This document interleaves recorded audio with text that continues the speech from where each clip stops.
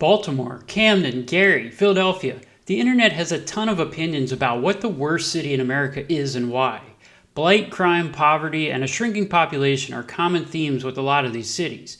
But there's one that always seems to find itself at the top of this conversation. And quite frankly, the numbers support it. The population of this city that I'm talking about is less than a quarter of what it once was, and even with some slight recent improvements, it still has a murder rate roughly 3 times that of Baltimore and 30 times that of New York City. That city would be East St. Louis, Illinois. While many of the arguments against East St. Louis are totally valid, narrowing it down as quote-unquote the worst city in America overlooks some of the good things that it does have going for it. Despite its long and steep decline, the city has a fascinating history and at one point in time was a critical part of the western expansion of the United States. So I wasn't willing to just chalk it up as the worst place in America, not until I went there. I was determined to find the bright spots. So the first stop on my list was a fountain that at one point in time was ranked the second most powerful fountain in the world. It was designed to create a stream of water that mirrored the famous St. Louis Arch just across the river, reaching heights of over 600 feet. Unfortunately, this was one instance of East St. Louis living up to its reputation. When I got there, the fountain was off and I learned that it hadn't actually been in use for several years. The former glittering pond surrounding it was now just partially full and covered in algae, and it smelled just as bad as it looked. So, up to this point I was 0 for 1, but it wasn't all bad because just in front of the fountain was a well-maintained park with a really cool observation deck that gave what seemed to me to be some of the best views of the St. Louis skyline across the river. The observation deck was a series of intertwined ramps that reached a height of several stories and gave great 360-degree views.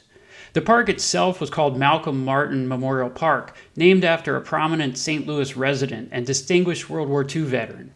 His vision for the Gateway Arch Park was to encompass both sides of the river, so this park was a realization of that. While the fountain has fallen into disrepair, there are currently plans for the area to be fully lumped into the Gateway Arch Memorial, maintained by the federal government and the National Park Service. So there's some hope that the current maintenance issues may be resolved in the future.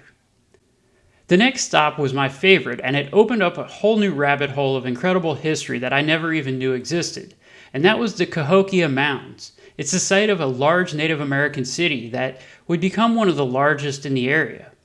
It's unclear exactly when people began settling here, but the city was estimated to have begun around 1200 years ago. By 1250 AD, the city was larger than London and Paris were at the time, with a population estimated at up to 40,000. If that estimate of 40,000 is actually accurate, that would mean it was bigger at its peak than Philadelphia was at the signing of the Declaration of Independence. Today, that area has become one of the most important archaeological sites in the central U.S. The only real obvious signs of the once thriving city are the man-made mounds. Roughly 80 of the original 120 are still left. The excavations were built by hand over decades. Over 1.5 million cubic meters of rock and dirt were transported in woven baskets to make the large excavations. I had a chance to walk up to the top of one of the tallest mounds called Monk's Mound. It was pretty cool to experience. Lots and lots and lots of steps, but that seems to be turning into a theme on this channel, so I'm getting used to it at this point. It took almost 1 million cubic yards of dirt just to construct this one massive hill.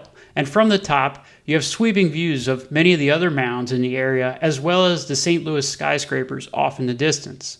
Despite being fairly technologically advanced, this civilization still took part in some practices that were more than a little questionable.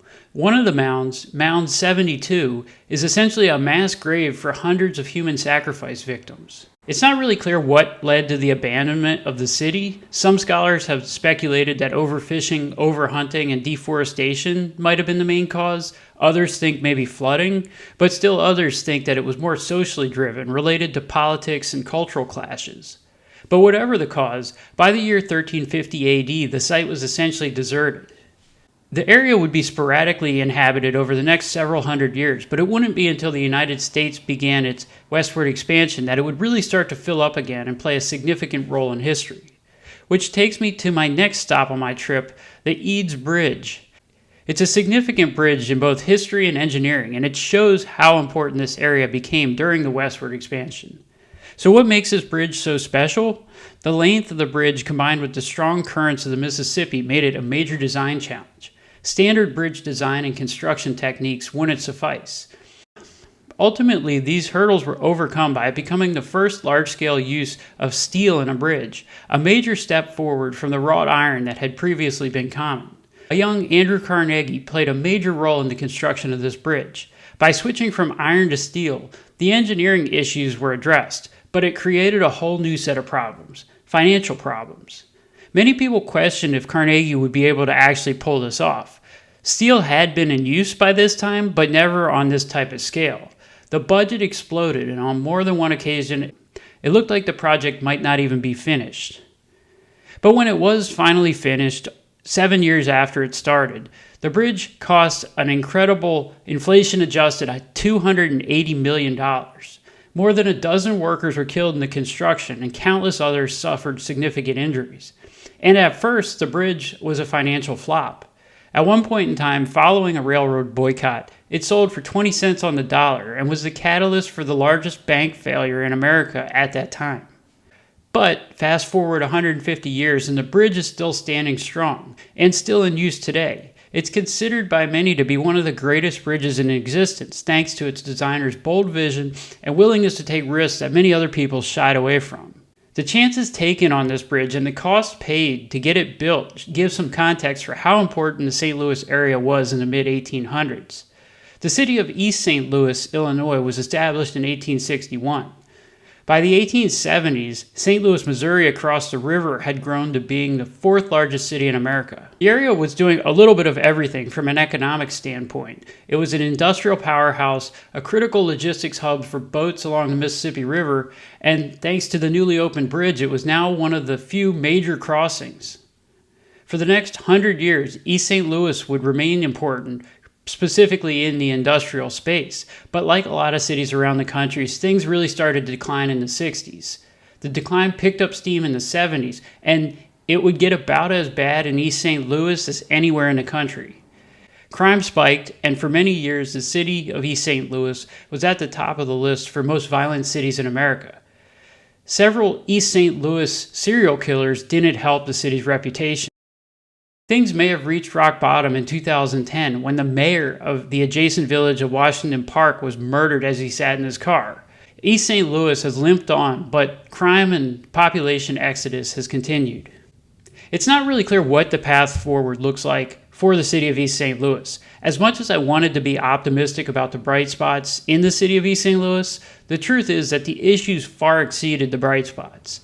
And unlike a lot of industrial cities that have declined in the past, East St. Louis decline almost seems to be getting worse, not better. Some cities like Detroit, Camden, Baltimore, even Gary to some extent, have been able to reverse or at least slow down their population decline and see major declines in crime. East St. Louis, on the other hand, shows no signs of letting up. In fact, on a percentage basis, from 2010 to 2020, it was the worst decade for East St. Louis in history as far as population decline goes, with a 30% decline in that decade alone.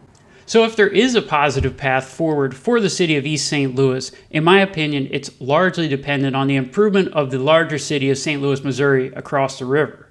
But St. Louis has struggled with a lot of the same problems. But because it's significantly larger, it seems like it has more upside potential than East St. Louis inherently has.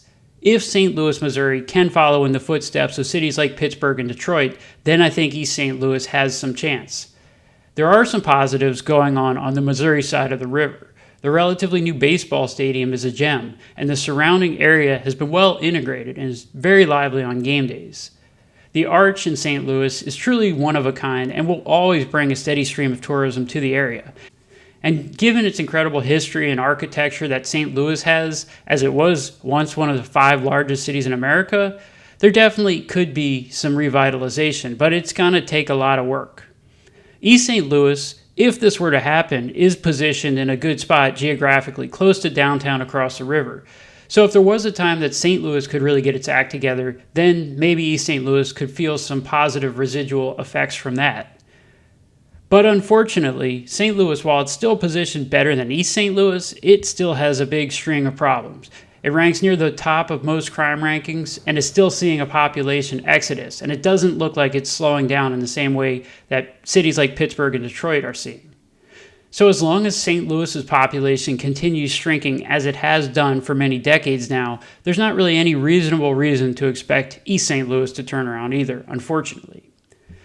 So while I wouldn't necessarily recommend a vacation to East St. Louis, I'm glad I went, and I'm glad I got to see and learn about some of the history, because quite frankly, at the pace it's on, it may truly disappear one day. Not so different than the Cahokia civilization that thrived and then vanished 1,000 years ago.